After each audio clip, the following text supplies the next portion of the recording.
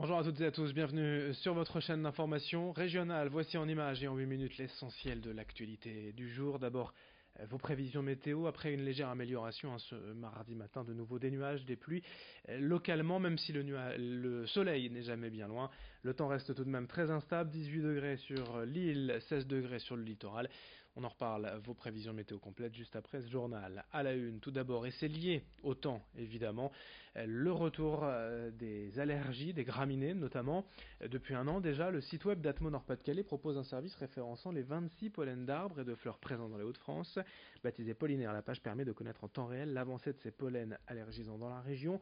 En effet, la floraison et donc la pollinisation de certaines espèces ne survient pas en même temps selon que l'on se trouve dans le sud ou le nord de la France, à Calais ou à Lille, d'où l'intérêt de suivre en direct la progression des pollens.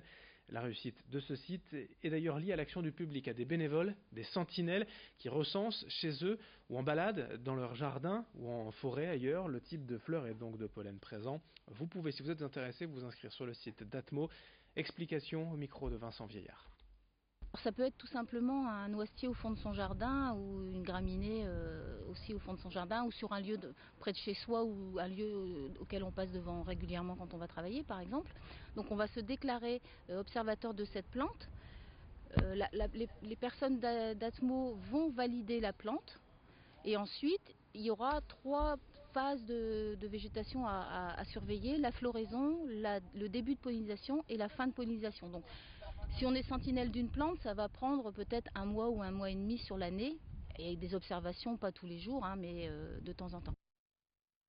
L'actualité régionale, la lutte contre la fraude des VTC, les fameux véhicules de transport avec chauffeur. Depuis leur apparition, ces derniers sont en effet soumis à une carte professionnelle en papier, comme les anciens permis, et ce qui facilite souvent leur falsification. Récemment, le gouvernement a entamé une remise à niveau, une campagne de sécurisation des cartes professionnelles.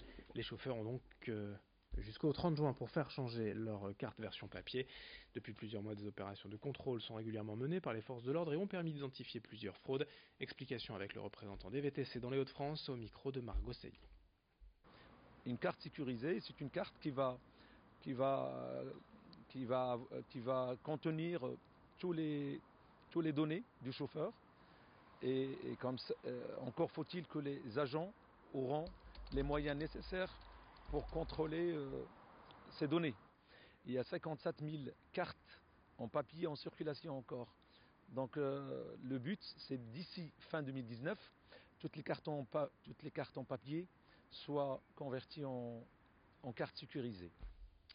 L'actualité nationale est également et ses tags antisémites à la gloire de Mohamed Merah, retrouvé hier matin sur la maison de Latifa Ibn Zlaten, la mère d'une des victimes du terroriste responsable des tueries de mars 2012 à Toulouse.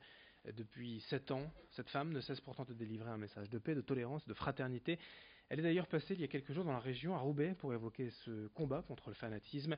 Latifa Ibn Zlaten avait notamment échangé avec des lycéens pour leur parler de l'importance de l'école républicaine, de la laïcité et du respect. Je vous propose de l'écouter. Elle était le 7 mai dernier à Roubaix au micro de Lucille Berthe-Constant. C'est important quand on sent une ville un peu fragile, un peu sensible.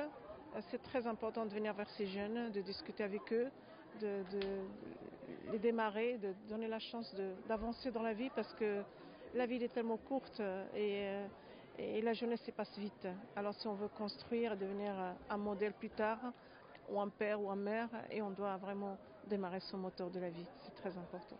Ils n'ont pas l'habitude de voir une femme devant eux, comme moi, de parler d'amour, de parler de tendresse, de parler de son moteur, de parler simplicité avec son cœur, c'est très important.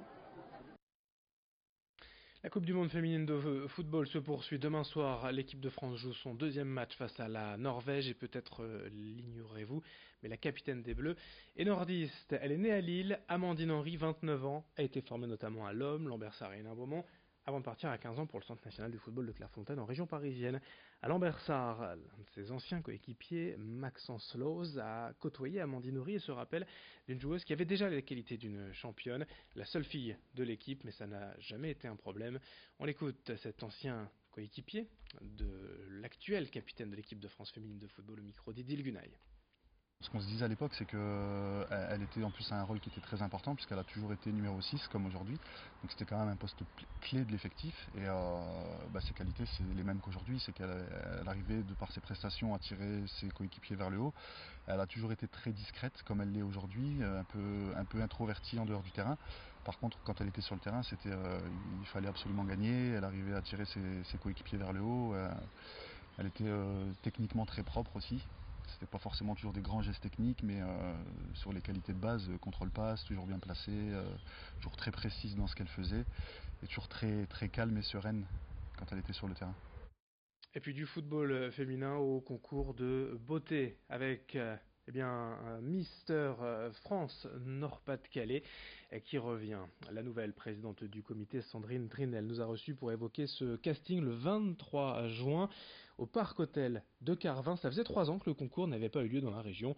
Une vingtaine de garçons ont pour l'instant déposé leur candidature. Attention, on ne peut prétendre au titre qu'il veut. Il faut avoir entre 18 et 28 ans, mesurer minimum 1m78, ne pas être marié ni paxé. Il faut aussi bien présenter, mais enfin ça semble évident. Après ce casting, le jury sélectionnera 15 à 20 candidats qui participeront à la finale régionale le 2 novembre à Billy-Berclos, puis le vainqueur régional participera au concours de Mister France. Explication complémentaire au micro de Margot Sailly avec Laure Montfort.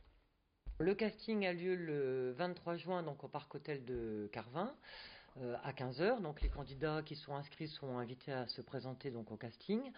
Et l'élection a lieu donc le 2 novembre à la salle François Mitterrand à Billy-Berclos. Les candidats qui ne se sont pas inscrits ou qui n'ont pas osé s'inscrire peuvent se présenter directement au casting le 23 juin. Nous prendrons les inscriptions sur place.